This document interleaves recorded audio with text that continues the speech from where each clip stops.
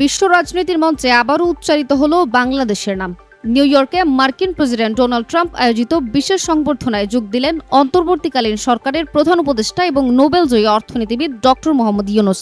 বুধবার যুক্তরাষ্ট্রের new York শহরে জাতিসংঘ সাধারণ পরিষদের অধিবেশন চলাকালীন প্রেসিডেন্ট ডোনাল্ড ট্রাম্প আয়োজন করেন এক বিশেষ সংবর্ধনার। এতে যোগ দেন বিশ্বের কয়েক প্রভাবশালী নেতা। বাংলাদেশের পক্ষ থেকে আমন্ত্রিত ছিলেন অন্তর্বর্তীকালীন সরকারের প্রধান উপদেষ্টা ডক্টর মোহাম্মদ ইউনূস। এই সংবর্ধনা ছিল বৈশ্বিক কূটনীতিক নেটওয়ার্কিং এর এক আসর। অনুষ্ঠানে সরাসরি শুভেচ্ছা বিনিময় করেন ডক্টর ইউনূস ও প্রেসিডেন্ট ট্রাম্প। এ সময় বাংলাদেশ সফরের জন্য ট্রাম্পকে আনুষ্ঠানিক আমন্ত্রণ জানান তিনি। কূটনৈতিক দৃষ্টিকোণ থেকে এটি বাংলাদেশের জন্য একটি ইতিবাচক পদক্ষেপ হিসেবে দেখা হচ্ছে। শুধু তাই নয়, সংবর্ধনায় ডক্টর ইউনূসের সঙ্গে বৈঠক করেন স্পেনের রাজা ষষ্ঠ ফিলিপে, জাপানের প্রধানমন্ত্রী শিগেরু ইশিবা, জাতিসংঘ মহাসচিব অন্তোনিও গুতেরেস এবং ভুটানের প্রধানমন্ত্রী শেরিং তবগে। এসব আলোচনায় উঠে আসে বাংলাদেশ সহ বৈশ্বিক সহযোগিতার নানা দিক।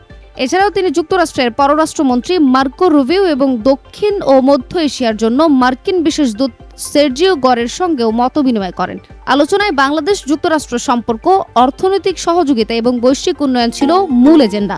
সুমাইয়া আক্তার, তালাশ বিডি, ডেস্ক রিপোর্ট।